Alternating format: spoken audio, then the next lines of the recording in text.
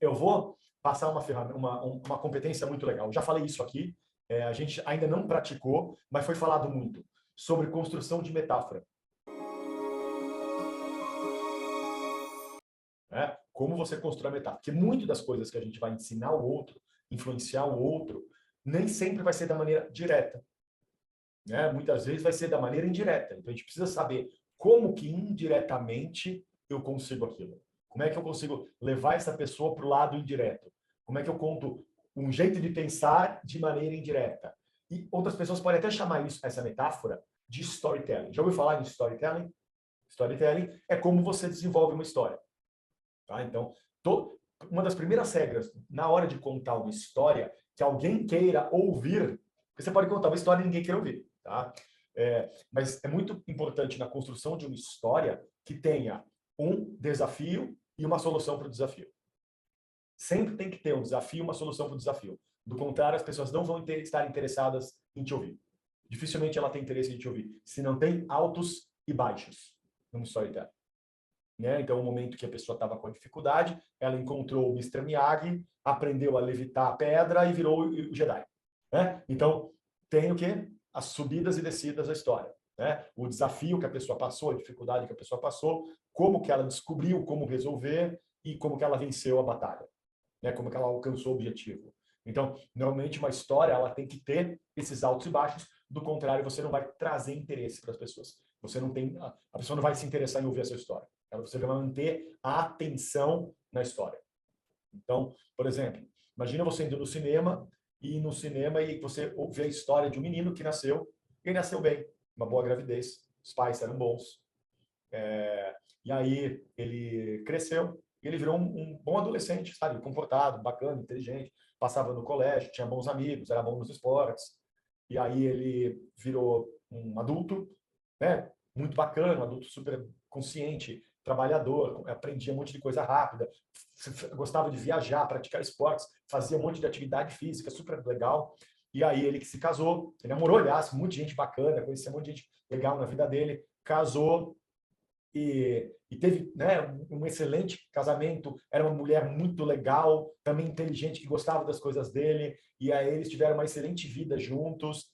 Tá, mas cadê a bosta? Cadê a merda? Cadê, tipo, essa história não me interessa. Cadê o entretanto, portanto? Cadê a casa caiu? Cadê para eu querer ouvir mais? Tanto é que, enquanto eu contava as coisas, você estava esperando na sua cabeça, tá, e aí? Onde é que tá o... Onde é que tá... Onde é que... Tipo, essa história, você está contando isso para quê? Que lição que você quer dar? O que vai acontecer depois? Não, eu só estou contando o quê? A história de uma pessoa que nasceu e viveu e morreu e estava bem. Tá, mas por que você contou essa história, então, para mim? A pessoa não consegue nem conectar, porque a vida das pessoas não é assim. Tanto é que quando você vai ver um filme, tem todas essas picos, onde dá certo, errado, aí dá certo de novo, daí dá errado de novo, daí dá certo, errado, daí de novo. E aí você fica o quê? Compenetrado naquela história. Tanto é que seriado não é muito isso. No final do capítulo, sempre tem alguma coisa que deixaram aberto para você ter interesse de ver o próximo capítulo. Quem se lembra, por exemplo, do MacGyver? Tudo começou com MacGyver. Quem se lembra do MacGyver? Começou com MacGyver esse negócio. Que ele estava lá dentro de uma caverna, ia ter uma explosão nuclear, ele tinha um alfinete com chiclete. E aí acabava o capítulo e você ficava uma semana para chegar. O que aconteceu? Será que ele sobreviveu? Aí aparece o quê? Ele usando o fio dental com chiclete, amarrando os dois e desativando a bomba nuclear. Então, todo capítulo tinha um... No final era... terminava até com uma música. Tipo, o que vai acontecer no próximo capítulo?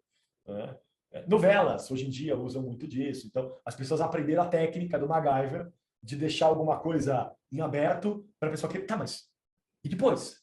O que aconteceu? Deu certo? Deu errado? Mas para isso acontecer, tem que dar alguma coisa errada. E é o interesse, a curiosidade da pessoa querer saber o que vai acontecer de seguida.